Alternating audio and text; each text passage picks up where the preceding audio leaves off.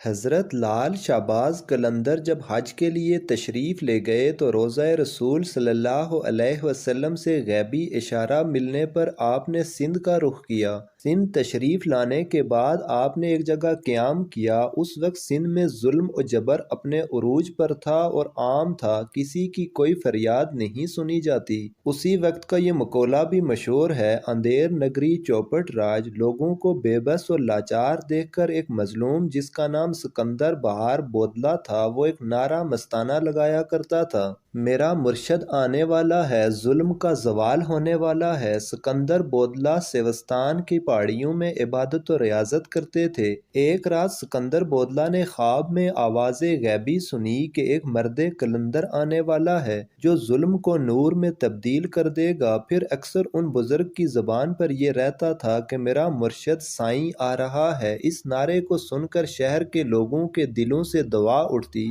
کہ خدا کرے ہمارا خیرخواہ جلد آئے اور ہمیں راجہ کے ظلم سے بچائے۔ بودلہ کی آواز میں ایسی کڑک تھی کہ راجے کے قلعے کی دیوار کو چیرتی ہوئی اندر آ جاتی تھی۔ رات کے اندھیرے اور سناٹے میں یہ پرسوز آواز اہل قلعہ کی نیندیں اڑا دیتی تھی۔ شروع میں تو راجہ نے اور قلعہ کے لوگوں نے اس آواز کو نظر انداز کر دیا تھا، لیکن جب نعروں میں شدت آ گئی تو وہ بھی بکھلا اٹھے۔ ان زوردار نعروں نے نہ جانے کیوں راجہ کو خوفزدہ کر دیا تھا۔ بالآخر راجہ کے سپاہی گئے اور اس کو گرفتار کر کے راجہ کے پاس لے آئے۔ راجہ کے سامنے بھی سکندر بودلہ کی زبان پر یہی الفاظ اور نعرے تھے۔ راجہ غضبناک ہو گیا اور اس نے سکندر بودلہ کو قید کروا دیا، لیکن قید خانے میں بھی اس کے نعرے بند نہ ہوئے۔ راجہ رات بھر اذیت کی آگ میں جلتا رہا۔ صبح ہوئی تو اس نے وزیروں کو طلب کیا۔ وزیروں نے کہا کہ بودلہ کی کھال ادھیڑ دی جائے، اپنے آپ ہی دماغ ٹھکانے آ جائے گا۔ راجہ نے اجازت دے دی اور سکندر بودلہ پر ظلم کی بارش کر دی گئی، لیکن ان کی زبان پر یہی الفاظ تھے کہ میرا مرشد آنے والا ہے، ظلم کا زوال ہونے والا ہے۔ دوسری جانب جب حاکم سیون نے لال شہباز قلندر کی یہ کرامت دیکھی کہ ان کا دیوانہ سکندر بودلہ قید میں ہونے کے باوجود بھی رہائی پا کر ان کے پاس پہنچ گیا ہے، تو اپنے علاقے کے کچھ جادوگروں کو طلب کر کے ان سے مسلمان بزرگ کے مقابلے کا کہا، لیکن سیون کے جادوگروں نے مقابلے سے پہلے ہی اپنی شکست تسلیم کر لی تھی کہ انہیں ہرانا ہمارے بس کی بات نہیں۔ البتہ جادوگروں نے راجہ کو مشورہ دیا کہ اگر کسی طرح مسلمان درویش کو حرام غذا دے دی جائے تو اس کی روحانی قوت ساری ضائع ہو جائے گی اور پھر ہمارے جادو کی طاقت اس پر غالب آ جائے گی۔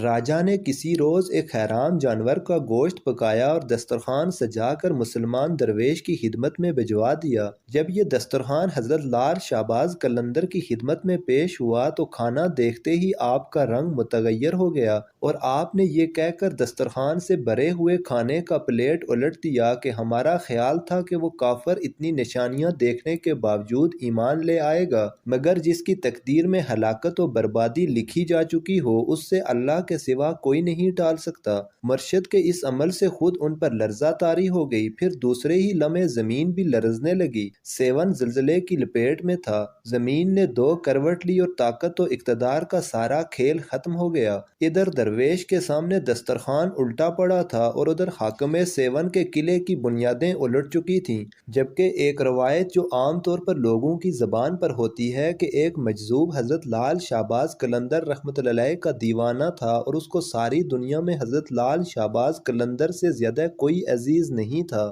بادشاہ کو شدید غصہ آیا کہ میرے خلاف لال شہباز قلندر کے حق میں نعرے لگانے والا کون ہے؟ اس نے بودلہ کو اپنے پاس بلایا اور کہا کہ کیا تم ہی نعرے بلند کرتے پھرتے ہو؟ راجہ چوپٹ کو اس مجذوب نے جواب دیا، ہاں میں ہی نعرے لگاتا ہوں۔ یہ کہہ کر مجذوب شخص نے دوبارہ دیوانہ وار نعرے لگانا شروع کر دیے۔ راجہ چوپٹ نے معلوم کیا کہ اس کا نام کیا ہے تو اس کو بتایا گیا کہ اس مجذوب شخص کا نام سکندر بودلہ ہے۔ راجہ چوپٹ نے کہا کہ قلندر کے حق میں نعرے لگانا بند کرو۔ یہ سن کر بودلہ کی آواز میں مزید شدت آ گئی اور اس راجہ کی بددماغی اپنے عروج پر پہنچ گئی اور اس نے حکم دیا کہ مجھ سے بغاوت کرنے کے جرم میں اس مجذوب کو ذبح کر کے پکایا جائے اور اس کا گوشت کھا لیا جائے، لیکن ان کو ذبح کرنے کے بعد ان کا گوشت کھایا جا رہا تھا کہ ادھر حضرت لال شہباز قلندر رحمۃ اللہ علیہ دمال ڈال رہے۔ حضرت لال شہباز قلندر معمول کے مطابق دمال کے دوران بودلہ بہار کو پکارتے کرتے تھے۔ انہوں نے جیسے ہی ان کو پکارا، مختلف روایات کے مطابق جن جن لوگوں نے سکندر بودلہ بہار کا گوشت کھایا تھا ان پر عجیب و غریب واردات گزر گئی، اور جو بوٹیاں وہ کھا چکے تھے ان کے منہ اور معدے سے نکل نکل کر لال شہباز قلندر کے پاس جمع ہونا شروع ہو گئیں۔ جب بودلہ کے تمام اعضاء جمع ہو گئے تو ان اعضاء نے ایک جسم کی شکل اختیار کر لی اور دمال کر کے وہ جسم دوبارہ ٹکڑے ٹکڑے ہو گیا۔ یہ منظر دیکھ کر راجہ گھبرا گیا۔ حضرت لال شہباز قلندر نے راجہ سے کہا، تو نے میرے مرید کو شہید کر دیا، تو نے ایسا کیوں کیا؟